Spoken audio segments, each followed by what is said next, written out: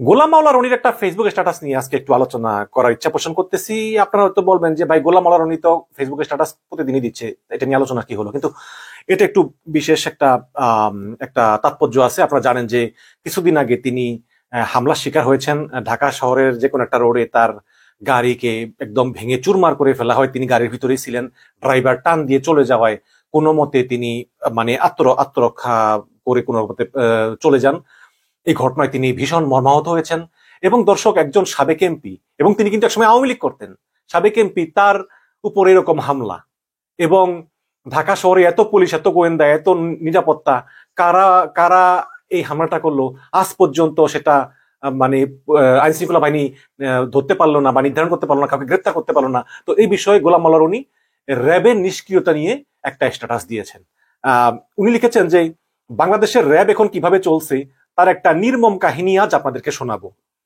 কিন্তু তার আগে ছবির ভদ্রলোক দুইজনকে পরিচয় করিয়ে দেওয়া দরকার। প্রথম জন হচ্ছেন জনাব খুরশিদ আলম এবং দ্বিতীয় জন হচ্ছেন জনাব কর্নেল মাহবুব। আমি যে সময় কথা বলতেছি তখন তারা যথাক্রমে র্যাবের মহাপরিচালক এবং অতিরিক্ত মহাপরিচালক হিসেবে কর্মরত ছিলেন। আপনারা জানেন যে র্যাবের নতুন মহাপরিচালক হিসেবে নিয়োগ পেয়েছেন হারুনুর রশিদ। এই হারুনুর রশিদ সাহেবের আগে ছিলেন খুরশিদ আলম, আর আরেকজন হচ্ছেন জনাব কর্নেল মাহবুব, দ্বিতীয় জন। তো গোলাম মাওলা রনি লিখেছেন যে আমি যে সময়ের কথা বলছি তখন তারা যথাক্রমে র্যাবের মহাপরিচালক এবং অতিরিক্ত মহাপরিচালক অপারেশন হিসেবে কর্মরত ছিলেন। 21শে মে 2024 সালের 21শে মে সকাল 11টার সময় ঢাকা বিশ্ববিদ্যালয় চত্বরে আমার উপর অজ্ঞাতনামা সন্ত্রাসীরা আক্রমণ করে।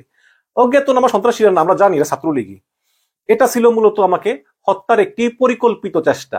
সন্ত্রাসীরা গাড়ি রোধ করে ব্যাপক ভাঙচুর শুরু করে। আমার ড্রাইভার যখন বুঝতে পারেন যে সন্ত্রাসীদের টার্গেট আমাকে গাড়ি থেকে বের করা, তখন সে গাড়িতে টান মেরে এলাকা ত্যাগ করে। সন্ত্রাসীরা গাড়ির পেছনে পেছনে ব্যাপক ভাঙচুর করেও গাড়ি থামাতে ব্যর্থ হয়। উল্লেখিত অবস্থায় আমি অফিসে এসে অন্তত ঘন্টাখানেক নির্বাক এবং কিংকর্তব্য বিমূঢ় হয়ে বসে থাকি। পরে সিদ্ধান্ত নেই কাউকে কিছু বলবো না। এই দেশে কেউ যদি কারো গুলি, বোমা, ক্রসফায়ার বা গুমের টার্গেটে পরিণত হয় তবে নীরবে তওবা করে মৃত্যুর জন্য প্রস্তুত থাকাই নিরাপদ। তাকে কি বলবো? দেশে বিচার আছে নাকি? কিন্তু আমি নীরব থাকতে পারলাম না। কিভাবে যেন ঘটনা জানাজানি হয়ে গেল এবং সাংবাদিকরা একের পর এক ফোন করতে শুরু করলেন।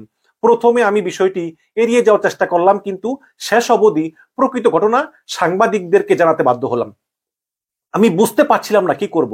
নিজেকে খুব ছোট এবং অসহায় মনে হতে লাগলো। অতীতের অনেক চাঞ্চল্যকর গুম খুনের ঘটনা নিজের অজান্তে মনের মধ্যে চলে এলো। ভাবলাম বিষয়টি রাষ্ট্রকে জানানো উচিত। সবার আগে যে প্রতিষ্ঠানটির কথা মনে এলো সেটি হলো র্যাব। আমি সব সময় এই প্রতিষ্ঠানটি সম্পর্কে উচ্চ ধারণা পোষণ করতাম এবং আমার লেখনীয় বক্তব্য দ্বারা এই প্রতিষ্ঠানটিকে সর্বদা ইতিবাচক হিসাবে তুলে ধরার চেষ্টা করেছি। আমি যখন এমপি ছিলাম তখন বন্ধু জিয়া র্যাবে তখন গুরুত্বপূর্ণ পদে ছিলেন। পুলিশ কর্তা, সেনা কর্তা এবং বিচারক বন্ধুদের অফিসে আমি কোনোদিন না গেলেও জিয়ার অফিসে বেশ কয়েকবার গিয়েছি তার আন্তরিক আমন্ত্রণের কারণে। সেই সুবাদে তখনকার অনেক র্যাব কর্তার সঙ্গে পরিচয় হয়েছে এবং জিয়ার জন্যই মূলত এই বাহিনীটি সম্পর্কে আমার ইতিবাচক ধারণা হয়। যদিও জিয়ার সম্পর্কে আমার অনেক নেতিবাচক ধারণা। যাই হোক, ওনার বন্ধু যেহেতু, উনি অনেক ভালো কথা বলতেছেন। সেই সূত্রে আমি প্রথমেই ছবির দ্বিতীয় ব্যক্তি কর্নেল মাহবুবকে ফোন করি। তিনি ফোন ধরেননি। নিজের বিপদের কথা জানিয়ে তাকে একটা SMS ও করি।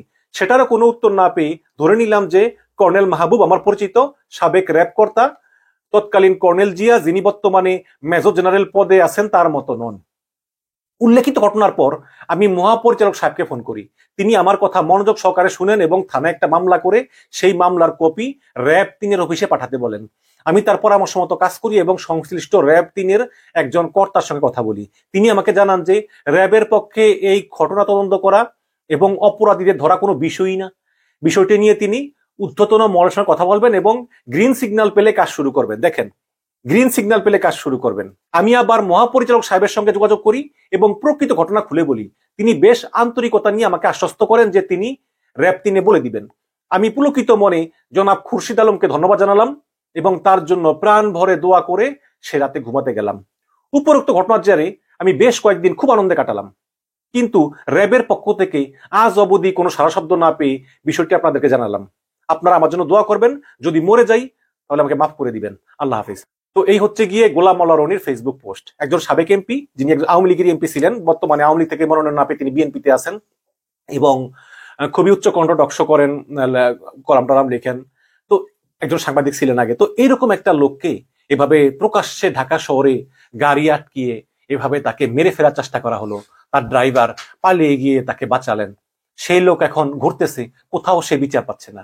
র্যাব কিন্তু বলেছে যে গ্রিন সিগন্যাল পেলে কাজ করব। এই বাংলাদেশে একটা লোকের উপর অন্যায় হয়েছে, আক্রমণ হয়েছে, তাকে তাকে মারার চেষ্টা হয়েছে, এর জন্য কি র্যাবের গ্রিন সিগন্যাল পাওয়া লাগবে, পুলিশের গ্রিন সিগন্যাল পাওয়া? এটা তো র্যাব পুলিশের কাজ, আইন চলবে আইনের গতিতে। তাহলে র্যাব পুলিশ কেন গ্রিন সিগন্যাল পাওয়ার জন্য বসে থাকবে? এখন গোলাম মাওলা রনির ফেসবুক স্ট্যাটাস এটা নিশ্চিত যে র্যাব গ্রিন সিগন্যাল পায়নি। তার মানে যারা তাকে হত্যার চেষ্টা করেছে তারা এতই পাওয়ারফুল এবং তারা এতই উপর থেকে এসেছে যে তাদের বিরুদ্ধে কোনো অ্যাকশন নেওয়ার জন্য গ্রিন সিগন্যাল পায়নি। বাংলাদেশের বিচার বিভাগ নাকি স্বাধীন, আইন নাকি আইনের গতিতে চলে, এটা বলে বলে আওয়ামী লীগের লোকেরা সবসময় মুখে ফেনা তুলে ফেলে। এই হচ্ছে অবস্থা। এই সরকারের আমলে গত 14টা বছরে বাংলাদেশে বিচার বলতে কিছু নাই, আইন বলতে কিছু নাই, নিয়ম বলতে কিছু নাই, সবকিছু চলে একজন লোকের কথায় এবং তার নাট বল্টুর কথায়। শেখ হাসিনা হয়তো জানে না, কিন্তু তার কোনো নাট বল্টু, শেখ হাসিনার কাছে কোনো নাট বল্টু অবশ্যই এই গোলাম মোল্লা রনির উপর আক্রমণের সঙ্গে জড়িত। এই কারণেই র্যাব ইচ্ছা থাকা সত্ত্বেও কোনো ব্যবস্থা নিতে পারতেছে না। তাহলে এখন কি হবে? আজকে যদি গোলাম মোল্লা রনি মরে যায় তাহলে কি হবে? বা যদি ওই দিন গোলাম মোল্লা রনির ড্রাইভার আসলে গাড়ি টান্না দিত এবং তাকে ধরে মেরে ফেলতো, কি হতো? কয়দিন আমরা শোক পালন করতাম, 2-1 দিন একটু টক শোতে ঝড় তুলতাম, আবার সব ভুলে যেতাম। এই হচ্ছে গিয়ে আমাদের অবস্থা। আমাদের দেশে কোনো নিয়ম নাই, কানুন নাই, বিচার নাই, আইন নাই, কিচ্ছু নাই। আছে শুধু স্বৈরাচার এবং স্বৈরাচারের আজ্ঞাবহ কিছু নাটবল্টু, যারা এই বাংলাদেশকে কুক্ষিগত করে রেখেছে গত 14টা বছর। এর থেকে মুক্তির উপায় কি?